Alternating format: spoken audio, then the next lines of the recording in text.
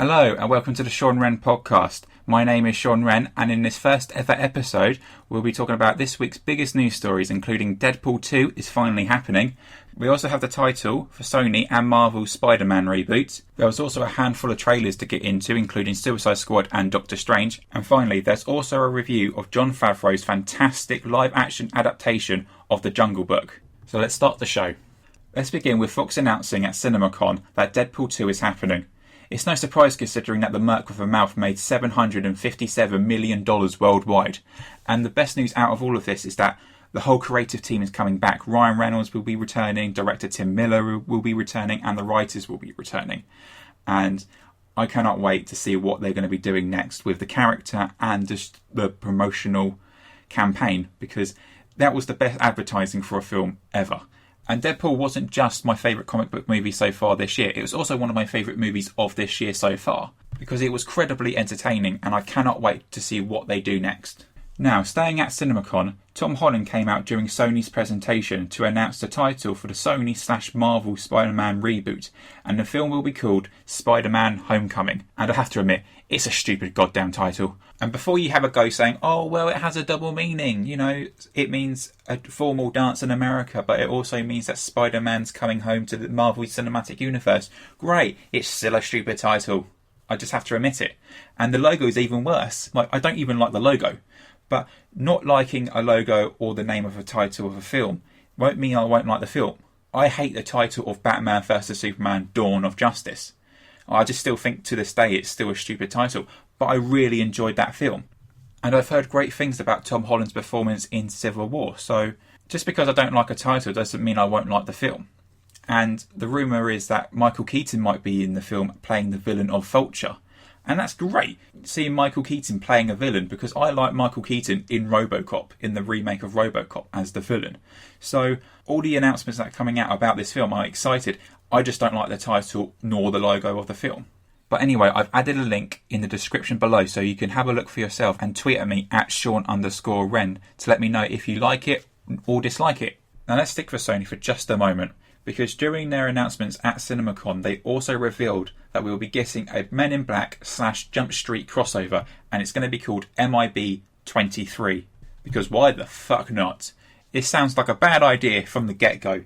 Mixing Men in Black with the Jump Street series is a bit odd, but I've really enjoyed the two Jump Street films, 21 and 22 Jump Street. So I'm interested in how they're going to use that film to reboot Men in Black.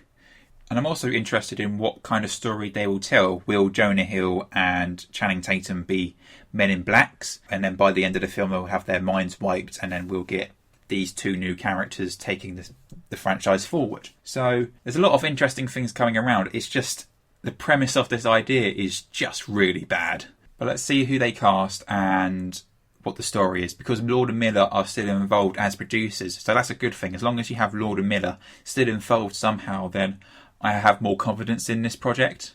Anyway, let's move away from Sony and let's talk about Warner Brothers and their DC franchise. And during their announcements at CinemaCon, Warner Brothers chief Kevin Tsuchihara, I've probably butchered his name, but anyway, announced that not only will they be making 10 DC films in the next 5 years, but one of those films will be a standalone Batman film directed by Ben Affleck.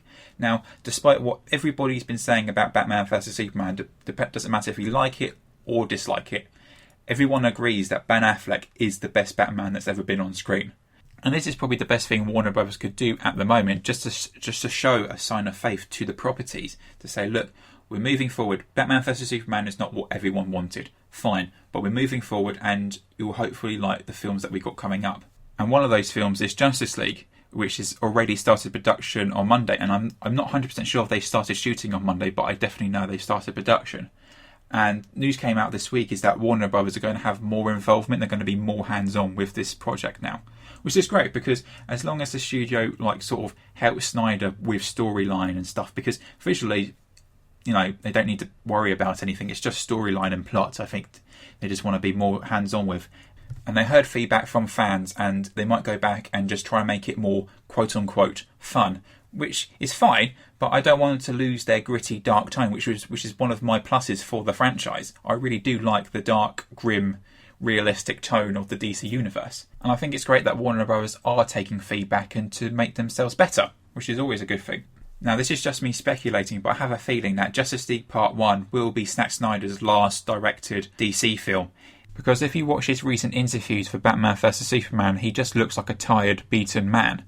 And he reminds me very much of how Joss Whedon looked when he finished Age of Ultron and went on that press tour. And it's probably best for both Warner Brothers and Snyder himself just to have a firm handshake after Justice League Part 1 and then go their separate ways. Snyder will still be involved in producing wise, but directing he can step aside and let someone else direct Justice League Part 2, have that be George Miller or David Ayer if Suicide Squad is a success. Now let's talk about Suicide Squad and that fantastic Blitz trailer that came out Sunday/Monday morning, depending where you live. And I have to say, I loved it. I've loved all the trailers that's come out so far. The music choices that they've done and the action and the comedy that's involved.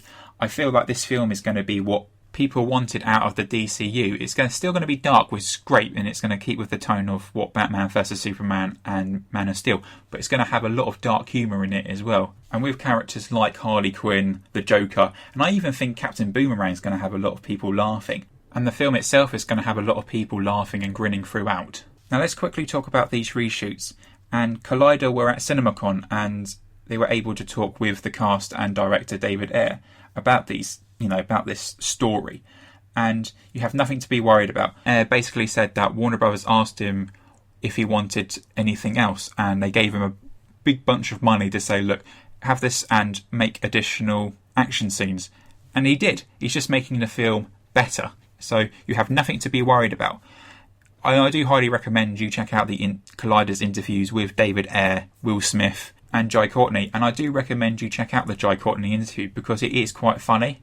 And there were 2 other trailers that were released this week, and that was Fantastic Beasts and Where to Find Them, which I quite enjoyed and reminded me of that Harry Potter world, which if you're in your 20s, you will remember A, reading the books, and B, watching all the films. And I'm looking forward to have a look at this magical world in the 1930s/40s New York. And the last trailer I'm going to talk about is the Doctor Strange trailer that came out on Tuesday. And even though I'm looking forward to the film, because it's going to be something a bit different in the superhero world, the teaser trailer kind of left me underwhelmed. There was a few moments like seeing Tilda Swinton pushing the soul out of Doctor Strange and then seeing New York in that Inception/Interstellar way, which is really cool, and that's what I'm looking forward to see. But I just want to see more of the story and just more of the magic, really, and just so I can get a better understanding of what this story is about. But I'm sure we're going to get that in the first official trailer, so I have really nothing to worry about.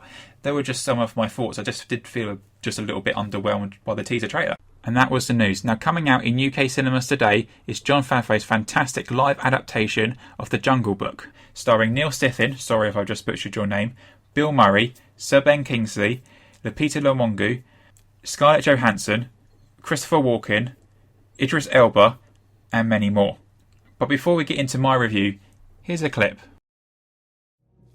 I can't help but notice there's this strange odor today. What is it? This scent that I'm on. I almost think it was some kind of man cub. Mowgli belongs to my pack, Shere Khan. Mowgli? They've given it a name. When was it we came to adopt man into the jungle? He's just a cub. Does my face not remind you of what a grown man can do?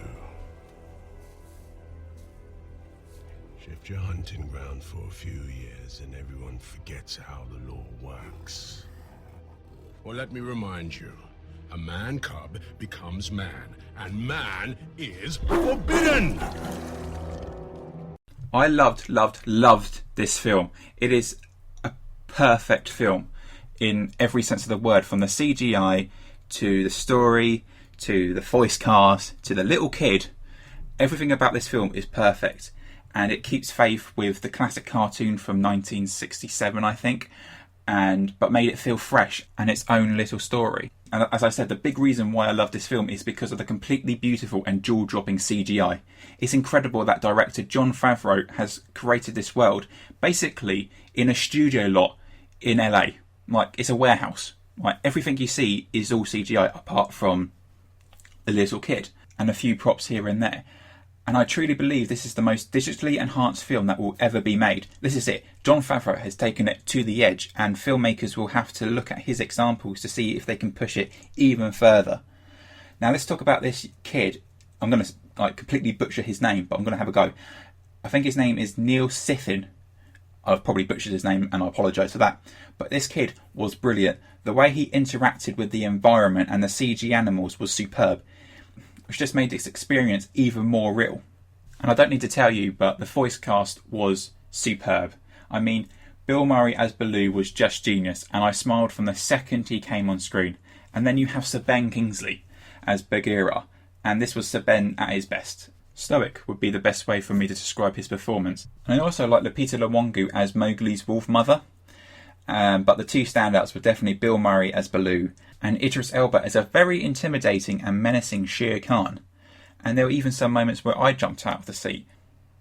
Which gets me on to the point that even though it's a PG film, there are some moments that your kid might find scary. However, if they've seen The Lion King and handled it quite well, then they should be fine with it. But only you know your child, and it might be useful for you to see it first and judge for yourself. Now let me wrap up by saying that there were two certain songs that I wanted to be definitely in this film, and if you've seen the classic cartoon, then you probably know what two songs I'm on about. And hearing Bill Murray sing one of them, and then King Louie, voiced by Christopher Walken, singing the other song, was just magical to see on screen. And there were enough changes in there that fitted in with the film, but I don't want to give any spoilers away, so go and check it out. But if you know the songs, then you know what I'm on about. And my final verdict is that this is just an astounding piece of cinema, with beautiful CGI and superb voice casting, and it just captures the magic of the Disney classic. And now kids today have a classic that will live forever. And if I had to give it a star rating, it will probably be between a 4.5 or even a 5 out of 5, for me personally. And The Jungle Book is out today. Be sure to check it out this weekend with your family and enjoy yourselves. And if you're listening to this on YouTube, I'll add a link to my written review in the description below, along with a link to all the topics I talked about today. And if you're listening on iTunes, there'll be a link on my Twitter, which is at Sean_Wren. That is SHAUN_WREN. Thank you for listening, and have a great weekend. Goodbye.